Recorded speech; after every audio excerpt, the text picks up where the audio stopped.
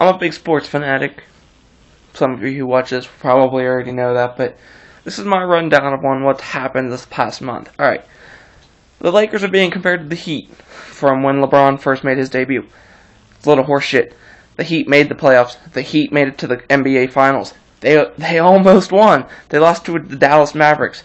Alright, right now the Lakers are 4 spots away from being dead last in the Western Conference and 4 games back from being into the final playoff spot. Not going to happen, in my honest opinion. I don't see this Lakers team becoming unselfish anytime in the near future. Kobe says it's not him, it is him. When he scores more than 30 points, they lose. That's because he's a ball hog. He won't pass the ball. Same goes for the Thunder and Russell Westbrook. Westbrook, I will give you this. You are a good player, but you were sometimes a ball hog. Durant proves that he can play. Durant is unselfish. He's probably the best role model for any kid to have out of any NBA player. Fuck Kobe. The hell with LeBron. I say follow Kevin Durant. Second, the NHL is finally back. Finally, after waiting for months and months, the NHL's back. Which meant my hair had to disappear. But it's alright, because you know what? My prediction right now? I'm going to take the long shot. I'm going to say the Islanders make it. I don't foresee them having enough time to have a major collapse. I see Pittsburgh going all the way and winning the Stanley Cup. Islanders making the playoffs, but not winning the Stanley Cup. The Penguins will win it. And maybe you see a long shot with Minnesota. Minnesota making it that far, never know. Season's young, obviously. Pittsburgh's my team. Thirdly, I want to talk about the Tom Brady, Ed Reed slide. That, self-defense. The entire game, you're playing against a team that you know is notorious for knocking players out. I mean, come on, you got Pollard on the other side of on the Ravens defense, who's knocked out Welker, Brady, and Gronkowski, all with ligament injuries. He needs to be... There's something going on there. That's not just coincidence. And then not to mention he gets 2 helmet-to-helmet hits. Targeting. Stephen Ridley could have been...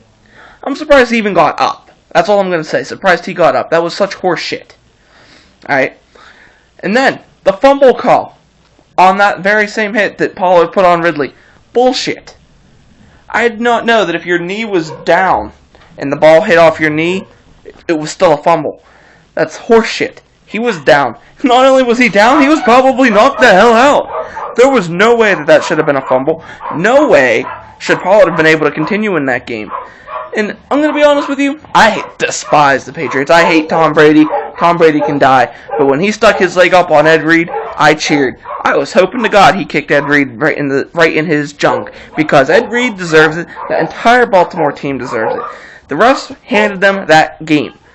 Multiple times did I see the Ravens get away with bullshit that if any team in the NFL would have gotten away with, like the Steelers would have did, they would have been penalized, probably thrown out of the game. Not to mention the Ravens should have been 2-7 going into week 9. Should not have been 7-2 or whatever the hell they were. They should have only had 2 wins. That's all they earned. Going into when they were up against the Steelers, the season should have been over for them.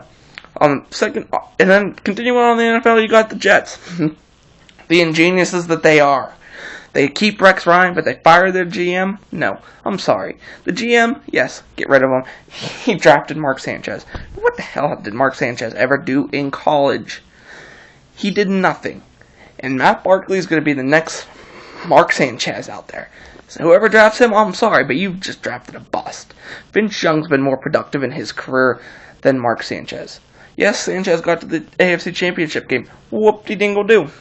Pittsburgh knocked him out. And every time they get there, they're just going to keep losing. And they're not even going to have a winning season with Sanchez at the helm.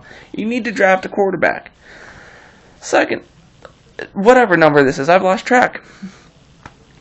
Steelers. They're old. 35 years old.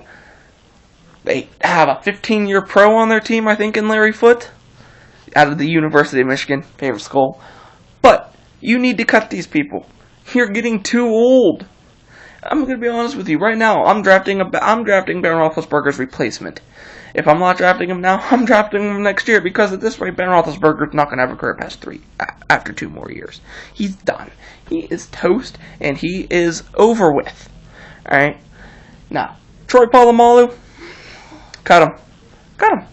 He's been injured for 3 years now with the same injury. Missed 9 games this year. Okay.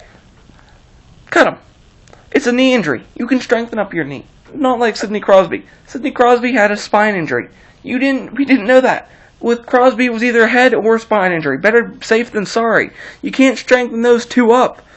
But Polamalu, instead of every offseason knowing that he's got a weak knee, goes out and films his Head and Shoulders, or his Doritos, or his whatever endorsements he freaking feels like, because he doesn't care about football anymore. He's all about the money. I think the youngest player on our defense is Cortez Allen. Yes, Cortez Allen, 4-year pro. Our running back situation with Mendenhall, not any better. I would love to see the Steelers draft Manti Te'o. His girlfriend hoax? Who cares? It's got nothing to do with football. It's a personal decision. What? Oh, sorry. He fell in love with a beautiful one? What man wouldn't? I don't care if you say that that wouldn't have happened to me. I'm much more mature. No, you're not. It really would have happened to you. You'd be in the same situation, and now they're talking about him not being first round because of it? No. Manti Te'o deserved it. He deserved the Heisman. Manziel had a better season, and he won it because he's a quarterback. And the only reason why Charles Woodson ever won the award, can't believe I'm saying this, is because he was a punt returner and sometimes wide receiver. That is the only reason why he won it. Had he been strictly cornerback? No way. Not even a single vote. He would not have been one of the final 3. Alright? That's just my ramblings. This is what's been bothering me for the past couple months. Oh, and Rex Ryan, you just got into a car accident? You're a dumbass. You may lose all this weight and you may, I'm going to win. No, you're not going to win. No, you're not a good coach. If you were a good coach, you would have started Tebow week 4. Or even week 3 when you played Pittsburgh and he had one successful drive, the only successful drive you had since the start of the game, and you took him out? No, sorry. That doesn't cut it in the NFL, bud. You need a quarterback who can sustain a drive. And to the people who are saying Tebow has more playoff wins for the Broncos than Peyton Manning, Peyton Manning never does anything in the playoffs anyway. What's it really matter? I mean, come on. The guy has 1 Super Bowl win. In how many seasons? No, I'm sorry. Even his backup in college got him into a bigger bowl game than he did. So he's always had playoff problems and big game issues. That's not going to change. Maybe him and Tom Brady and Eli can all sit at the Super Bowl and drink a couple beers and figure out what the hell they did wrong. But to me, they're not going to win any more Super Bowls. Eli, maybe 1 more. Maybe. That is, if they ever decide to get their offense back in order and their defense decides to grow a set of balls and actually learn how to play.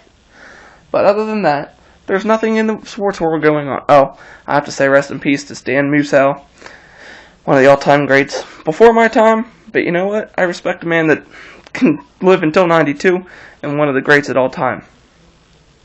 Another thing, quickly about baseball. I've been saying all year that the Uptons would reunite in Atlanta. Everybody, no, not gonna happen.